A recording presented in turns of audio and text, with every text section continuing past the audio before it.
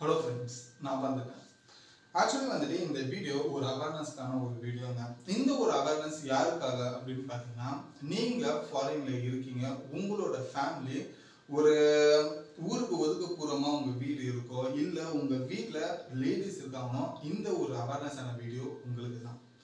Even though நீங்களுமே இங்க தான் இருக்கீங்க, ஆனா உங்க வீடு ஒரு ஹைவேஸ் பக்கமோ இல்ல நீங்க இருக்கிற வீடு வந்துட்டு ஒரு 10 அடிக்கு 20 அடிக்கு தனியா இருக்கிற வீடா இல்ல டெவலப் ஆகிற ஒரு இடத்துல நீங்க வீடு கட்டி இருக்கீங்க அப்படின்னாக்கா இந்த ஒரு அவேர்னஸான ஒரு வீடியோ உங்களுக்கு தான்.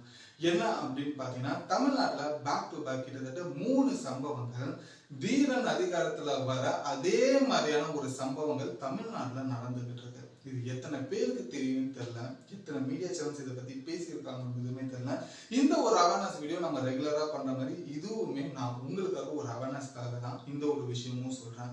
என்ன ஆக்சுவலி நடந்தது அப்படின்னு பாத்தீங்கன்னா, கிட்டத்தட்ட பேக் டு பேக் தமிழ்நாட்டுல ஒரு 3 சம்பவங்கள் நடந்தது. அந்த 3 சம்பவங்களும் எப்படி நடந்திருக்கு அப்படின்னு பாத்தீங்கன்னா, ஊருக்கு ஒதுக்குப்புறமா இருக்கிற வீடுகள், டெவலப் ஆகிற சிட்டியில கட்டப்படுற வீடுகள், 20 அடிக்கு 30 அடிக்கு தள்ளி இருக்கிற வீடுகள், பெண்கள் மட்டும் தனியா இருக்கிற வீடுகளா பார்த்தேன்.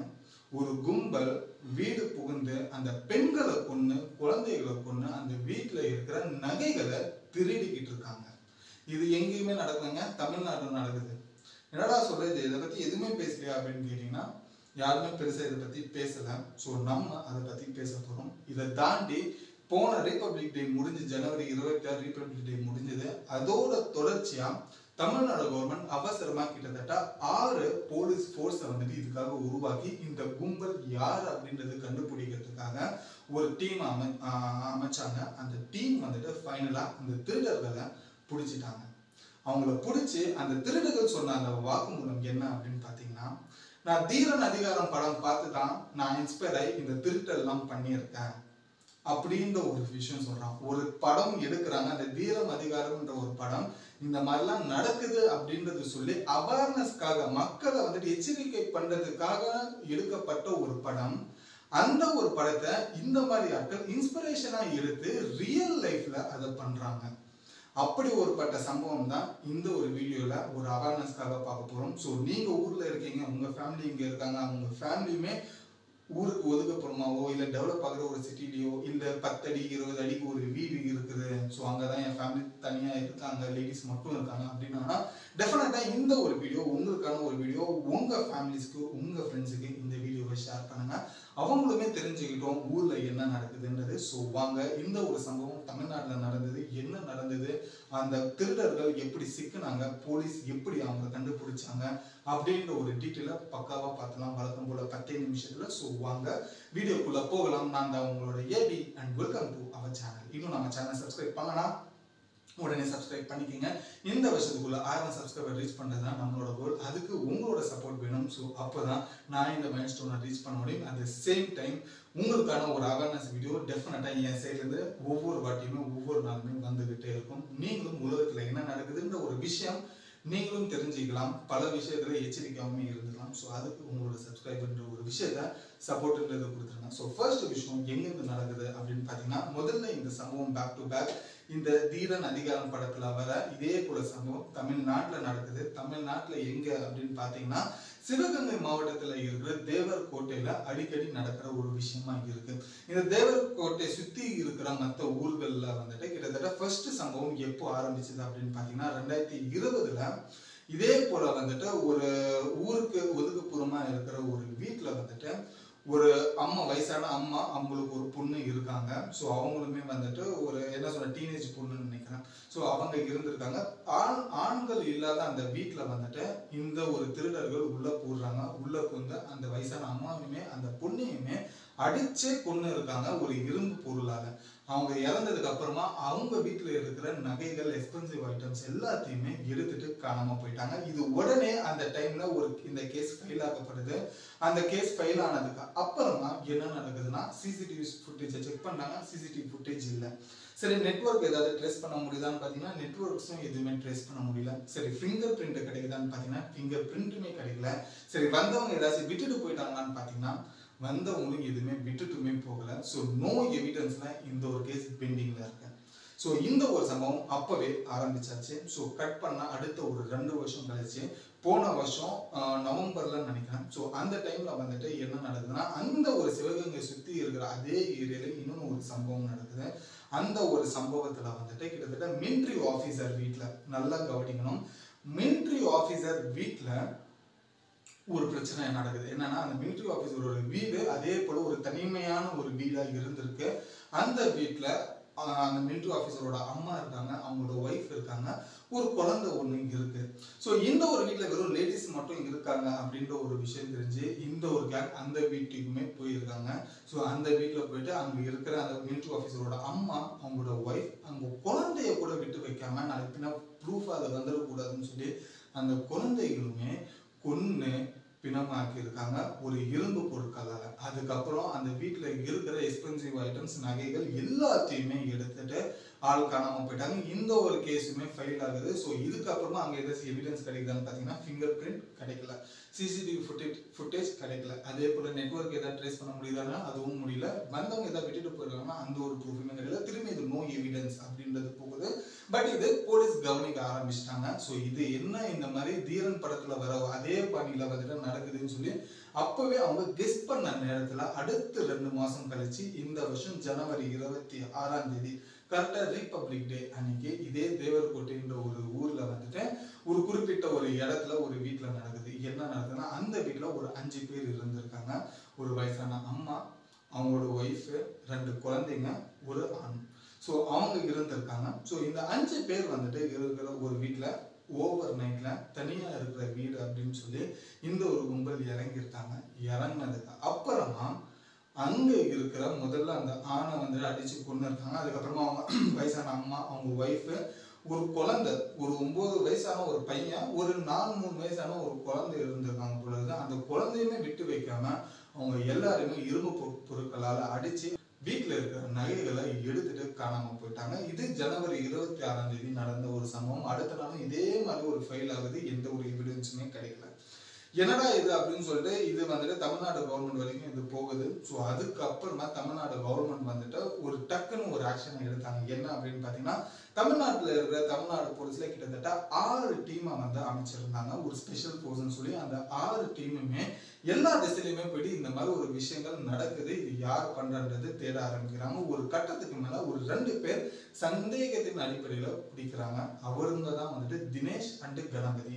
இவங்க 2 பேருமே பிடிக்கிறாங்க. ஆல்ரெடி தினேஷ்ன்ற வந்துட்டு ஒரு 4 வருஷத்துக்கு முன்னாடி 3 வருஷத்துக்கு முன்னாடி திருட்டு கேஸ்ல வந்துட்டு தெஃப்ட் கேஸ்ல அவர் அரெஸ்ட் செய்யப்பட்டிருக்காரு. ஸோ அதோட இதுல வந்து தொடர்ச்சியா இவங்க விசாரிக்கிற விதத்துல விசாரிச்சாங்க. ஃபைனலா வந்துட்டு தினேஷ் அண்ட் கணபதி 2 பேருமே ஒத்துக்கிட்டாங்க, ஆமாங்க இது நாங்க தான் செஞ்சோம். இவங்க எந்த ஊர் அப்படின்னு பாத்தீங்கன்னா, இவங்க சிவகங்கையில இருக்கிற அதே மாவட்டத்துல இருக்கிற ஒரு ஊர்ல தான் இருக்காங்க. இவங்க சிவகங்கை ஆளுங்க தான்.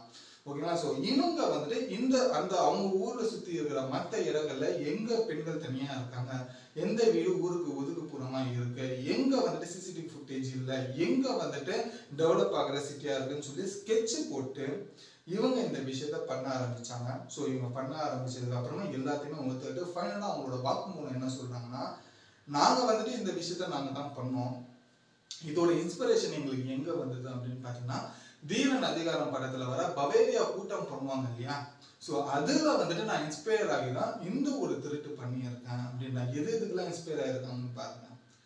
மற்றவங்களுக்கு வேற எதுவுமே இன்ஸ்பயர் ஆகிறது கிடைக்கல போல இருக்கு. அந்த படம் எடுத்ததே இந்த மாதிரிலாம் நடக்குதுங்க, நீங்க உஷாரா இருங்கன்னு சொல்லி மக்களை வந்துட்டு எச்சரிக்கைப்படுறதுக்காக தான் அந்த படம்ன்றதே எடுத்தாங்க. அது வெல் குட் மூவி வேற. அது அந்த ஒரு படத்தை இவன் மிஸ்யூஸ் பண்ணி இது ஒரு பேட் இன்ஸ்பிரேஷனா எடுத்து இவன் ரியல் லைஃப்ல அதை எக்ஸிக்யூட் பண்ணி எத்தனை பெண்களை கொண்டு இருக்கான், எத்தனை பச்சை குழந்தைகளை கொண்டு கொலையாளியா மாறி அங்க இருக்கிற நகைகளை எடுத்துட்டு வந்திருக்கான். சரி, இவனுக்கு ஏதாவது ஃபேமிலி இருக்கா அப்படின்னு பாத்தீங்கன்னா, தினேஷுக்கு 4 வருஷத்துக்கு முன்னாடி லவ் மேரேஜ்ன்றது ஒண்ணு ஆகியிருக்கு. அந்த தினேஷுக்குமே 3 வயசுல ஒரு குழந்தை இருக்கு. அவளுக்குமே அந்த ஒரு குழந்தை இருக்கு. அப்படி இருக்கிற நேரத்துல இந்த திருட போற இடத்துல நிறைய குழந்தைகளை இவன் கையாலே அவன் கொண்டு இருக்கிறான், இரும்பு பொருட்களாக வச்சு. எவ்வளவு ஒரு கொடூரமான ஒரு விஷயம் தமிழ்நாடு நடந்திருக்குன்னு பாருங்க. சரி இவன் ஒத்துக்கிட்டான் அப்படின்றது சொல்லி ஒரு கட்டத்துக்கு மேல நீ யூஸ் பண்ண அந்த வெப்பன்ஸ் எல்லாம் எங்க வச்சிருக்க அப்படின்றத போலீஸ் கேட்டாங்க. அதுக்கு அவங்க ஒரு காட்டுக்குள்ள கொண்டு போனான். காட்டுக்குள்ள போயிட்டு புதைச்சு வச்சிருக்கிற அந்த வெப்பன்ஸை எடுத்தான். அந்த வெப்பன்ஸ் ஃபுல்லா ரத்தம். அவங்க கொன்னவங்களோட அந்த ரத்தம், இறந்து போனவங்களோட ரத்தம் அது அது அப்படியே பதிஞ்சு இருக்கு. போலீஸ் பார்த்து இதுவாகிறாங்க, பயப்பட ஆரம்பிக்கிறாங்க. இவ்வளோ ஒரு கொடூரமான ஒரு சம்பவமா நடந்ததுன்ட்டு.